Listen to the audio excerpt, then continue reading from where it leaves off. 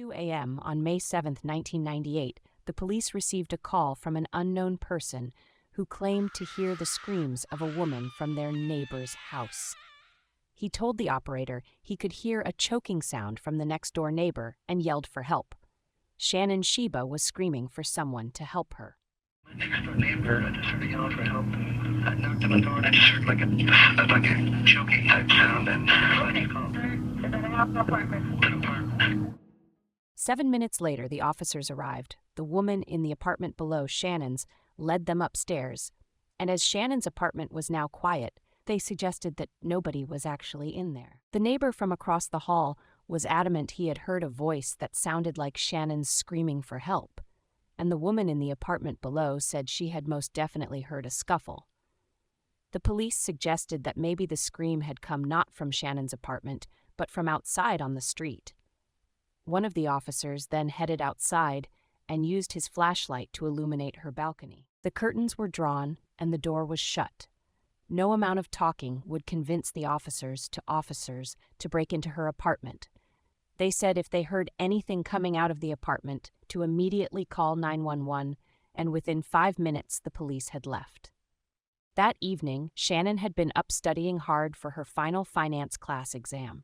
She was due to meet with a study group at 9 the following day, have lunch with her brother Sean. Then, after taking her test, head home to Maryland to see her parents. When Shannon's brother Sean arrived for lunch, friends from the study group said that she had failed to turn up and nobody had been able to get hold of her. Sean drove over to Shannon's and noticed that while the curtain to her balcony was closed, the balcony door was open.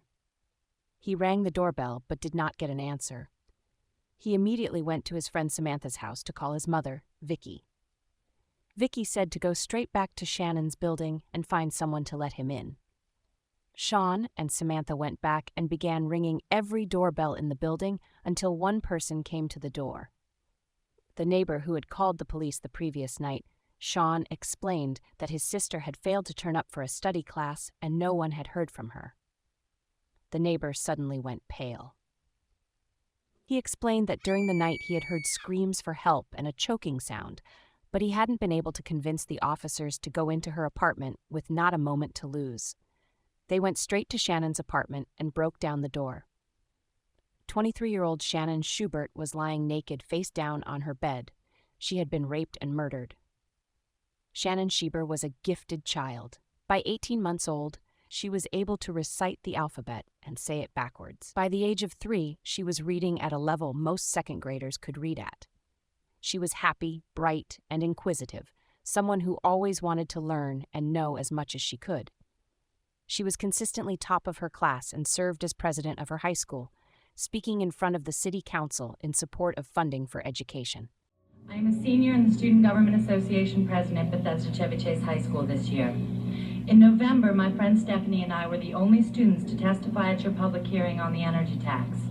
I am here once again to testify for education funding in the FY93 budget. She even got to meet President George H.W. Shannon would later be accepted into Duke University, where she was also president of her freshman class and co-captain of the equestrian team, having excelled in horseback riding too. 3 years later, she graduated with an incredible triple major in economics, philosophy, and mathematics. Alongside her incredible academic achievements, Shannon had a strong moral compass and a deep commitment to social justice.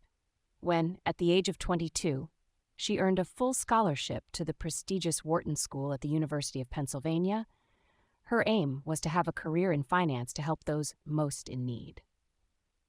Before starting in her program, she and her father made the trip from Maryland to Philadelphia to speak with the housing office to try and find a nice, safe place in town for her to live. They were recommended Center City. It was where a lot of the grad students lived and was deemed to be a safe part of the city. That day, they found an apartment she loved and put a deposit down. In early May, just a few days before Shannon's death, Shannon was followed around Rittenhouse Square by a man she had walked round and around trying to gain access to her apartment. Little did she or anyone know there was a serial rapist on the loose. The method of choosing a victim was always the same for him. The victim would be a young woman of college age. The attacker would break into their apartment before blindfolding and attacking them. June 20th, 1997, the 200 block of South 21st Street. A woman told police that a man had broken into her apartment via a window. He climbed on top of her, but she had been able to persuade him not to rape her. She was even able to provide the police with one of his hairs, but this hair was not tested for 18 months. July 11th, 1997, the 2100 block of Pine Street. After going for a night out with friends, the victim went home and climbed into bed. She would later be awakened to find herself with wet hair and stripped naked. Her neck had bruises, and the blood vessels in her eyes were burst. It was initially called a burglary by the police. August 6th, 1997, the 1600 block of Pine Street. The victim told police that as she had slept, a man had climbed through her window, put a pillow cover over her face and a belt around her neck before raping her and fleeing. The stains on the sheet were tested, but they were not linked to any other victims until January of 1999, as the DNA from each case had been held on two incompatible computers. August 13th, 1997, the 1700 block of Pine Street. A woman had woken up to find a man in her bedroom. He put one hand on her neck and another over her mouth. He put a pillow over her face and raped her. DNA taken from this scene was linked to the attack from the 6th of August. As the police looked into Shannon's murder, they tried to piece together what had happened on the night she was killed. After studying, she had started running a bath for herself, leaving a paper on the side, and settled in to relax for the evening.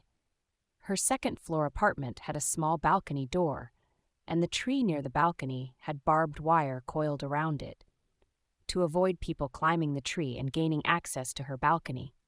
It seemed that what the intruder had done was press his way up the gap, which was just 3 feet between her building and next door, before swinging onto her balcony.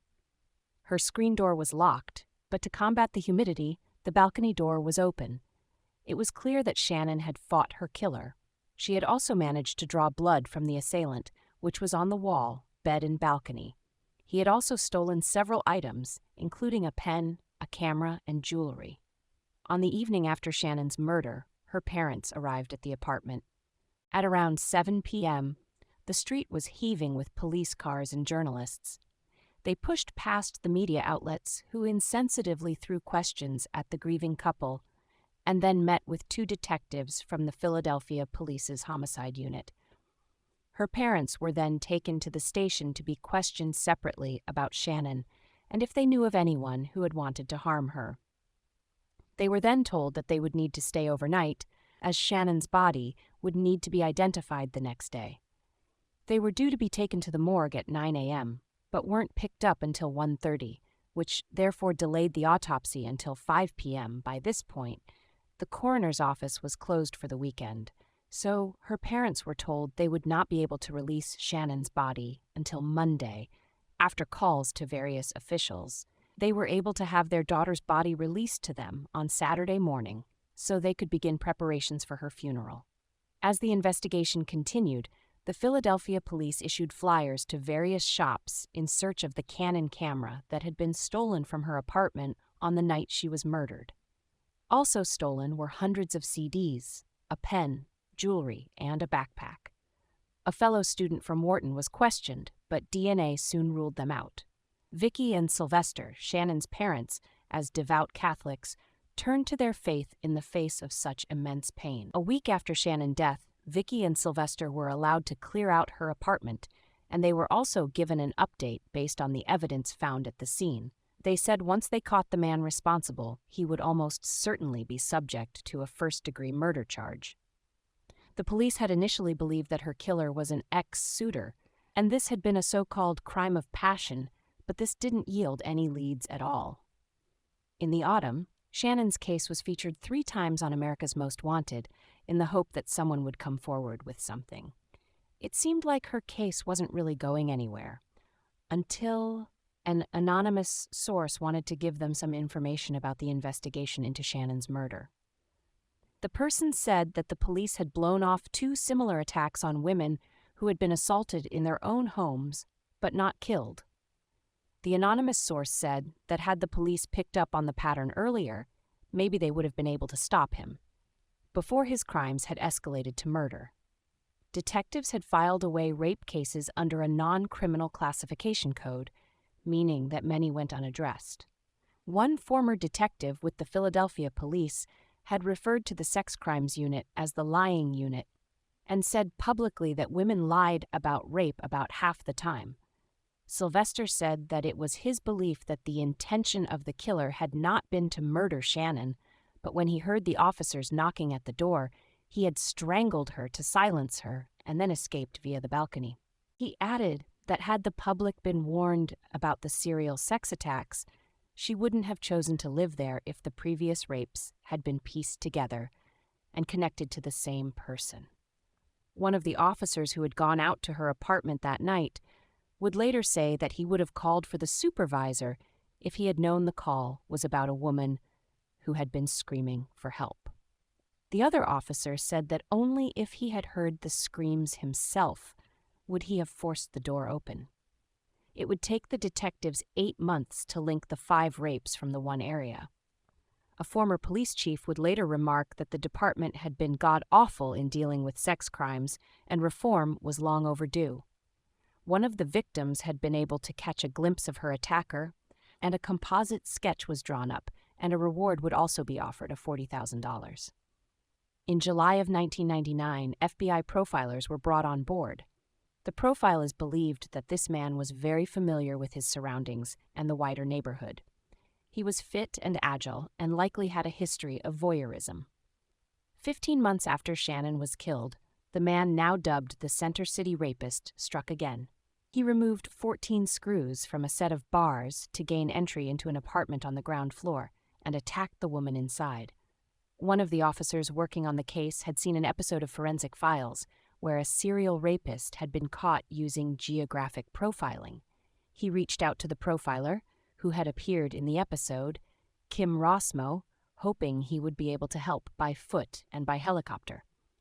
Kim had looked at the area in question, and then he put the addresses of the rape victims and Shannon's address into his program, which was able to provide several areas that the rapist was likely to live in. The police went to those areas and put up the composite sketch of the man they were looking for, but then the attacks suddenly stopped. By this time, the police in Philadelphia had come to the realization that these attacks had been committed by one individual. It was the diligence of one nurse conducting a forensic medical exam that had cracked it. He had licked the victim's breast, and the nurse had meticulously swabbed her, which finally picked up his DNA. The rapes would soon start up again, though more women would be attacked, but in a different state, Fort Collins, Colorado. May 10, 2001, a woman had woken up to a man in her apartment. He had tied her up, covered her eyes, and sexually assaulted her. Within just a few weeks, there would be another attack on the same street. The victim's husband, who was tragically dying from cancer, and their son had gone away camping, and she was home alone. The man stood outside and watched, trying to see if there was a dog or a man in the apartment. While she sat at her computer, she heard a noise that made her stop. He quickly launched his attack. He covered her eyes and forced her into the bedroom.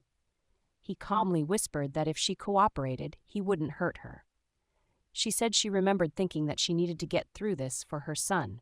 He couldn't lose both his parents.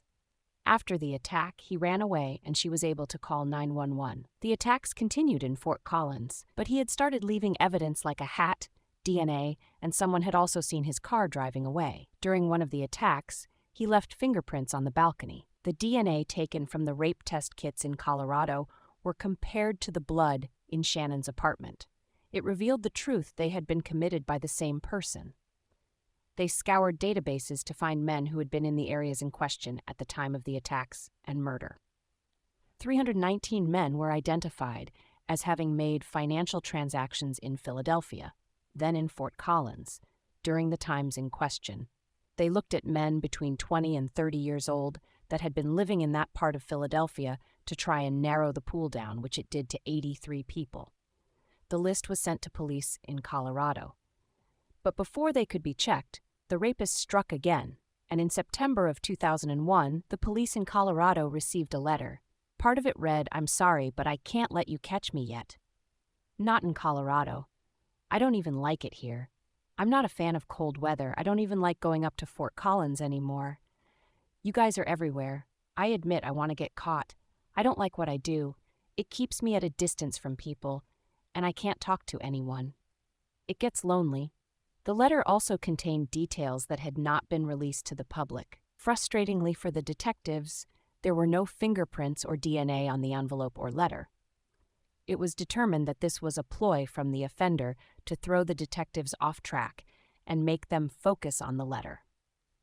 With the DNA showing that the crimes had been committed by one person, and knowing that there was a 5-year statute of limitations on rape under Pennsylvania law, the authorities filed a warrant against the unknown attacker. More than 1,000 tips had come in, one of which was from a woman who said she had dated a man who looked like the person on the sketch. His name was Troy Graves.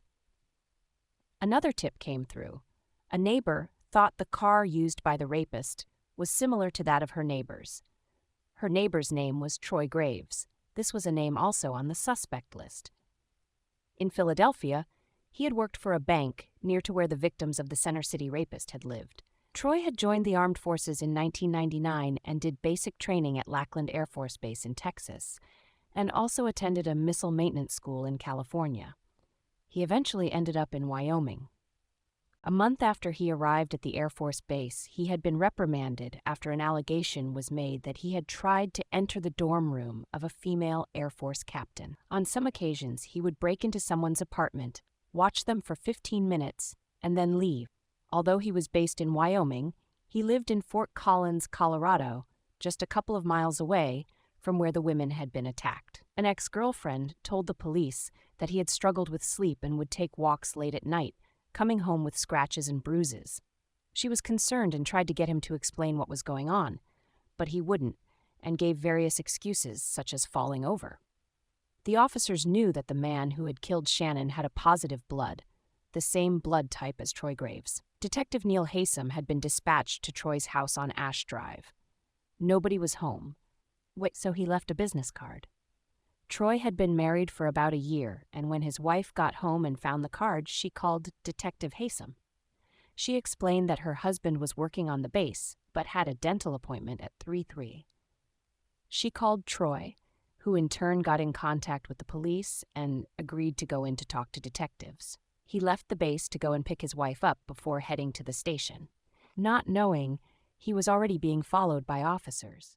No criminal history. Any other problems on the base that I need to know about?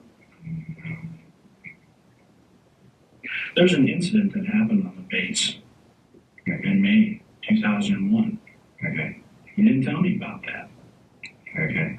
Why didn't you tell me about that? Because it didn't look any keen of it. Detective Haysom asked if he would be willing to be fingerprinted. He said he felt a little weird about it and wanted time to think. So back down to the last question about your fingerprints and DNA.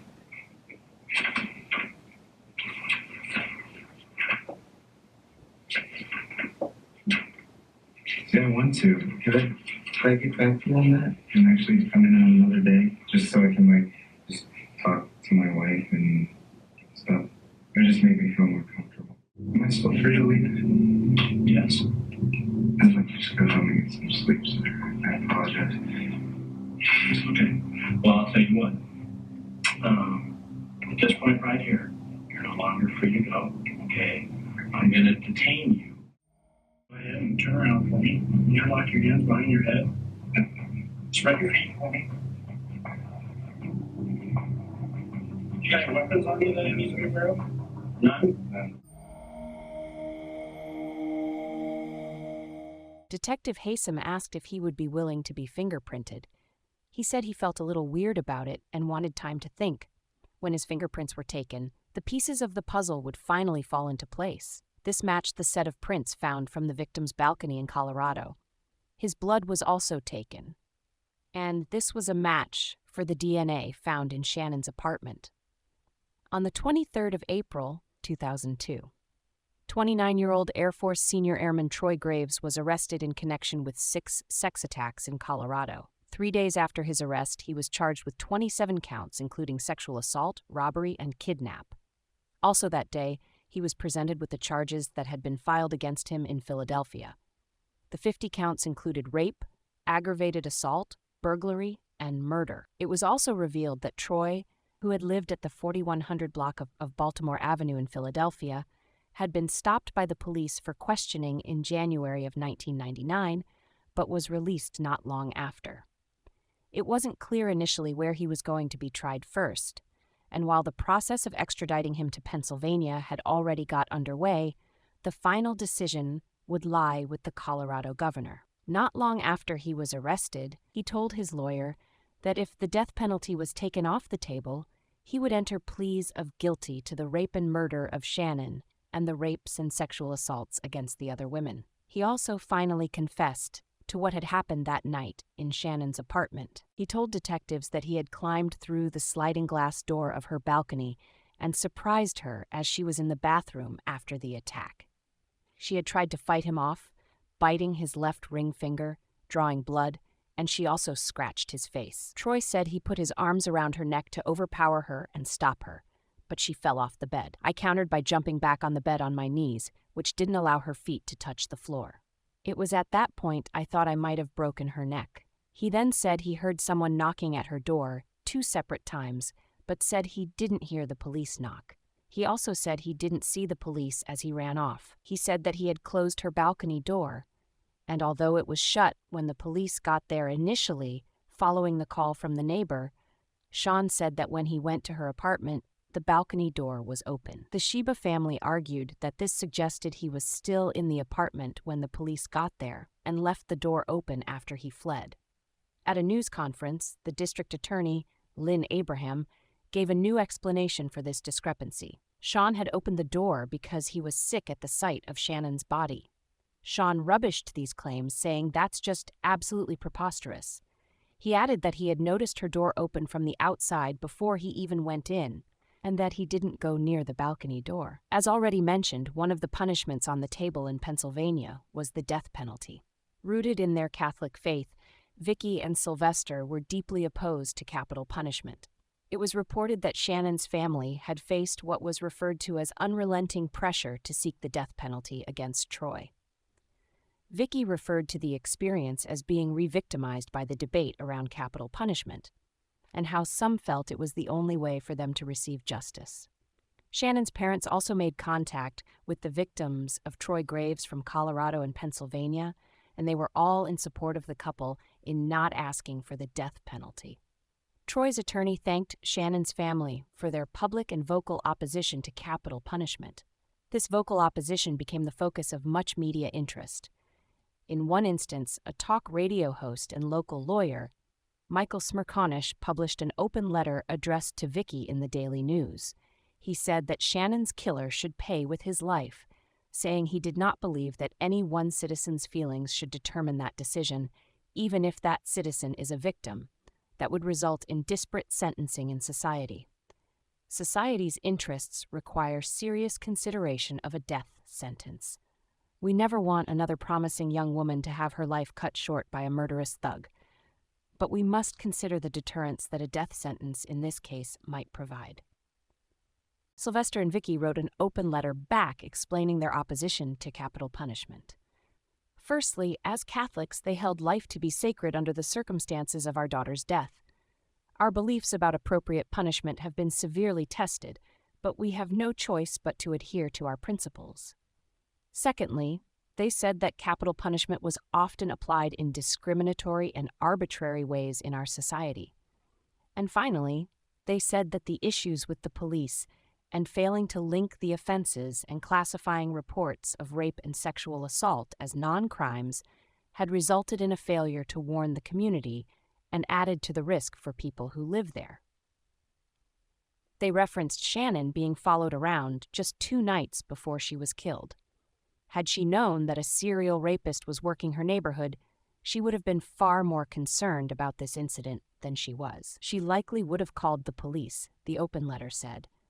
They added that if Smerconish wanted safety for the community, he should have called for accountability from the police regarding their handling of cases linked to the Center City rapist and for changes in how they deal with sex attacks.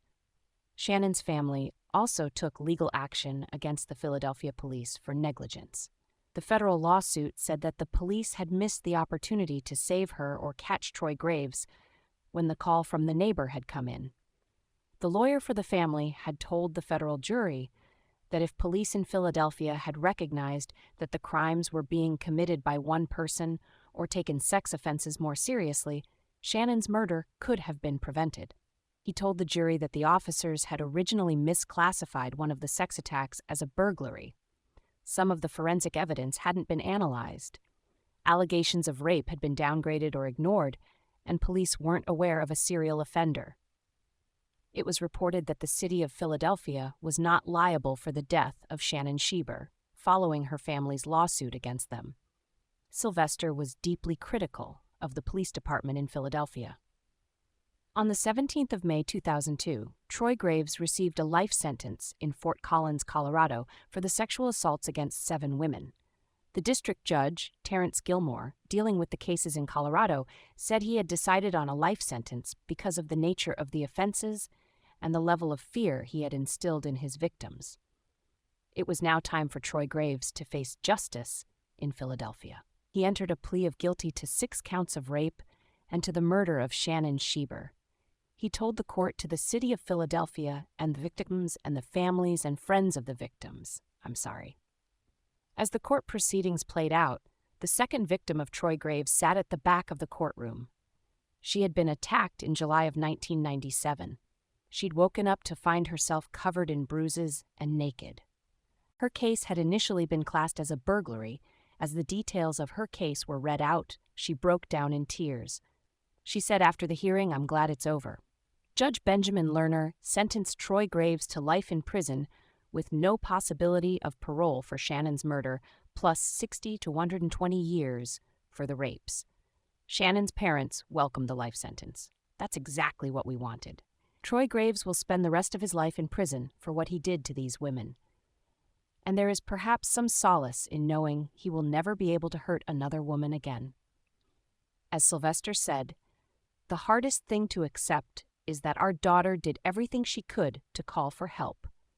Shannon was a good person who went out of her way to help almost anyone. The one time she needed help, the system didn't work. For them to hold true to their principles, show such grace and strength, and not seek revenge in the face of such an appalling crime is frankly incredible. Shannon Schieber had her whole life ahead of her, and who knows what amazing things she would have gone on to achieve. But for her to accomplish all that she did in her 23 years is a testament to who she was as a person. As Vicky said, if you could have written down a wish list and said, "Dear God, this is what I would love for my first child," I got everything on that list I would have wanted. Thank you very much for watching us. To support us, please subscribe to our channel and like this video, and be sure to comment your opinions. We will see you soon with another video.